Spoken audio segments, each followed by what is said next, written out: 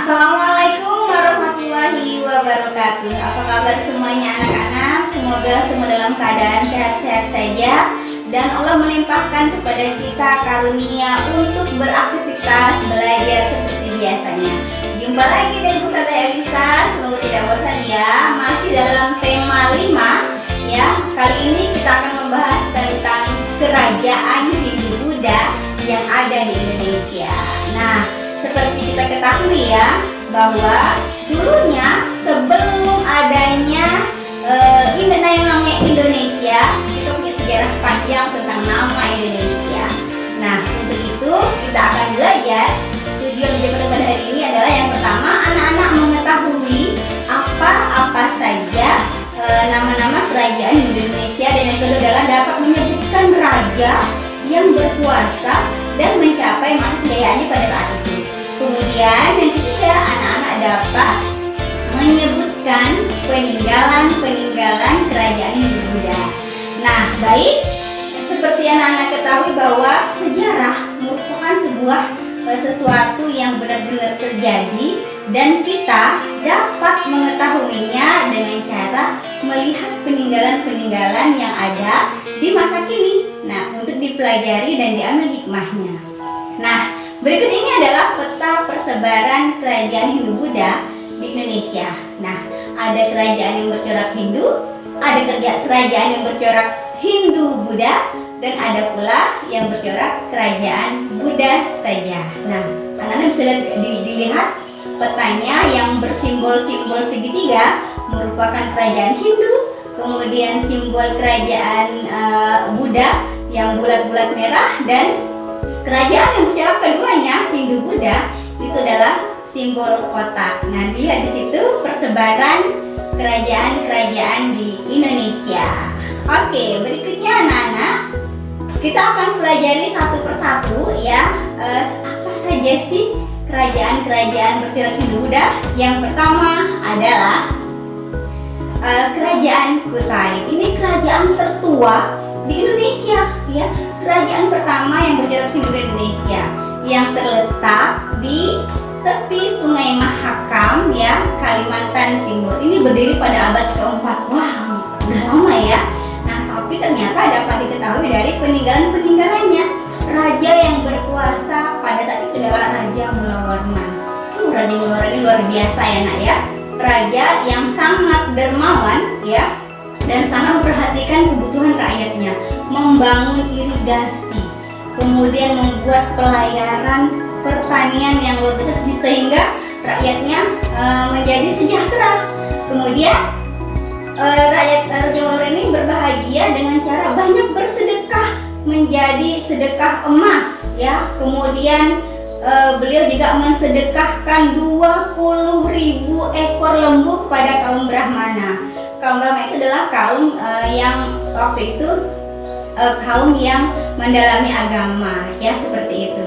Nah, peninggalannya yang saat ini masih ada yaitu Yupa. Nah, Yupa ini batu yang bertuliskan Sansang Sakerta yang dulunya ya digunakan untuk mengikat tambatan tali dari lembu-lembu yang disedekahkan oleh Raja Mulawarman. Masya Allah ya. Oke, baik, yang kedua adalah kerajaan Tarumanegara.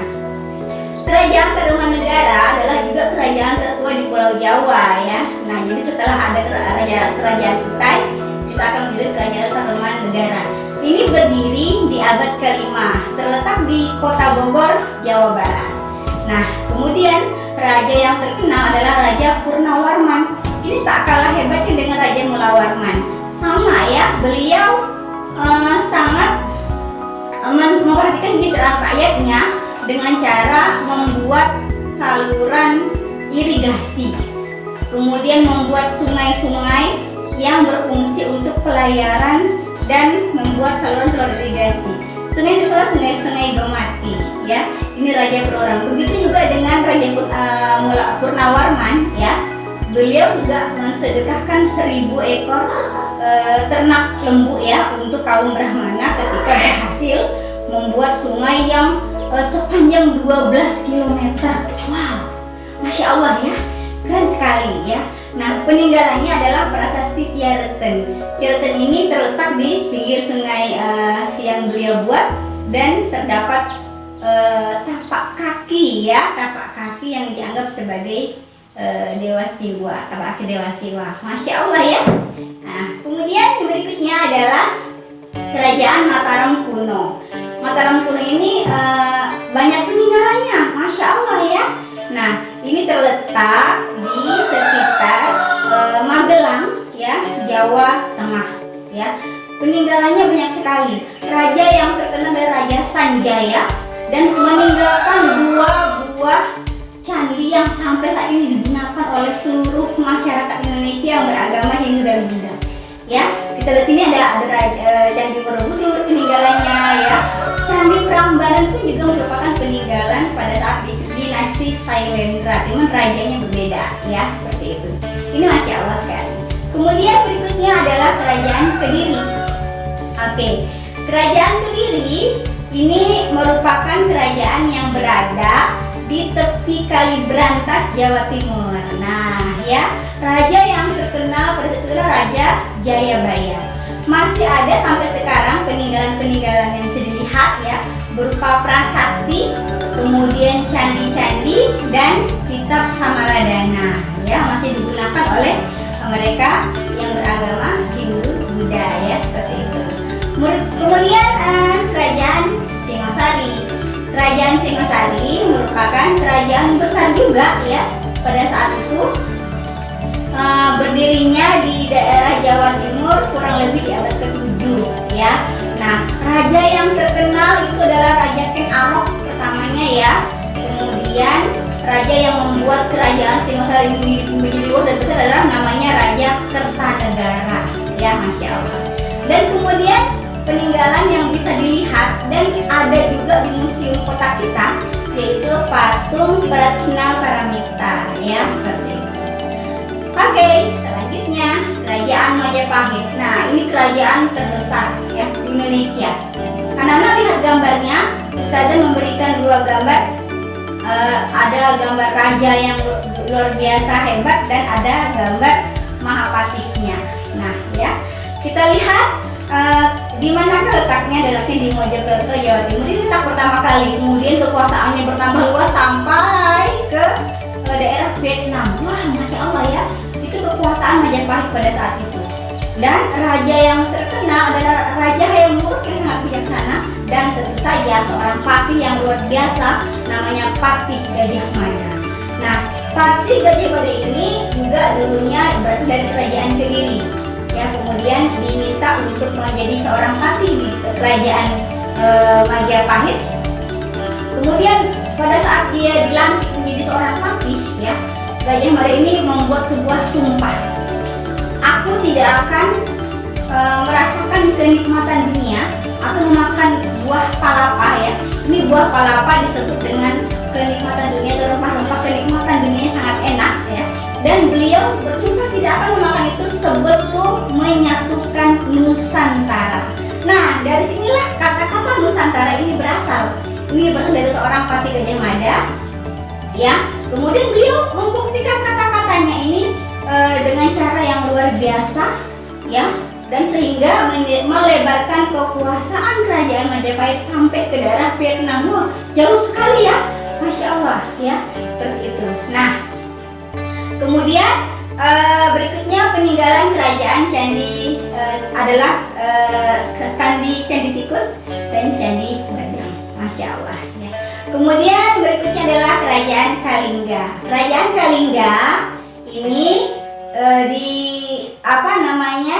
dikuasai ya rajanya ya sama seorang perempuan ya, yaitu Ratu Sima, ratu yang sangat luar biasa bijaksananya. Ini memerintah dengan dia kerajaan kecil tapi juga memiliki kekuasaan yang sangat luar biasa, sehingga sampai saat ini banyak meninggalkan peninggalan berupa prasasti dan candi ya. Kemudian berikutnya adalah Kerajaan Sriwijaya. Nah, Kerajaan Sriwijaya juga tak kalah besar ya. Ini kerajaan bercorak Buddha yang terbesar di Sumatera ya, di Indonesia bahkan ya, seperti itu. Nah, kita lihat ada foto rajanya. Nah, ini Masya Allah sekali ya. Kerajaan maritim dan komersial yang berkembang antara abad ke-7. Ini Masya Allah sekali, kerajaan besar sehingga menjadi salah satu pusat perdagangan yang saat itu sedang ada di Indonesia. Nah, letaknya di Palembang, Sumatera Utara. Raja yang terkenal adalah Raja Bala Putra Dewa atau Sriwijaya Negara. Oke, dan peninggalannya adalah Candi Muara Takus. Nah, terakhir adalah Kerajaan Kahuripan. Ini kerajaan yang berasal dari provinsi teman, sekarang letaknya di Jawa Timur. Raja yang terkenal adalah Raja Erlangga. Wah, Masya Allah ya. Ini Raja Erlangga juga raja yang sangat bijaksana dalam membuat sebuah keputusan, musyawarah dengan para rakyatnya dan para fatih-fatihnya ya, dan sehingga menjadikan kerajaan Kahuripan kerajaan yang besar dan meninggalkan banyak peninggalan yang bisa kita pelajari di masa sekarang ya, seperti itu. Oke, anak-anak kita lihat ini ada beberapa macam peninggalan yang bisa kita gunakan untuk belajar. Nah, mari kita identifikasi. Yang pertama, ayo. Nah, benar sekali ya, ada Candi Prambanan bercorak Hindu, Candi Borobudur bercorak agama Buddha, ada Prasasti Yupa bercorak Hindu, dan kemudian ada gambar 3 dewa yang sangat dihormati oleh kaum Hindu. Dewa Siwa, Dewa Wisnu, dan Dewa Brahma. Oke, baik anak-anak, demikian dari penuturan dari Ustazah. Terakhir ya, kata-kata terakhir dari Ustazah, kita akan mengambil intisari dari surah Al-Mu'min ayat 21, bahwa ya Allah masih menyisakan bangunan-bangunan sebagai pengajaran kepada manusia yang hidup setelahnya, serta sebagai simbol peradaban manusia sebagai pengajaran bagi kita. Kita lihat ya betapa megahnya bangunan itu ya, sehingga kita bisa berpikir zaman dulu ada arsitek ya, tapi tanpa sekolah, keren Masya Allah ya.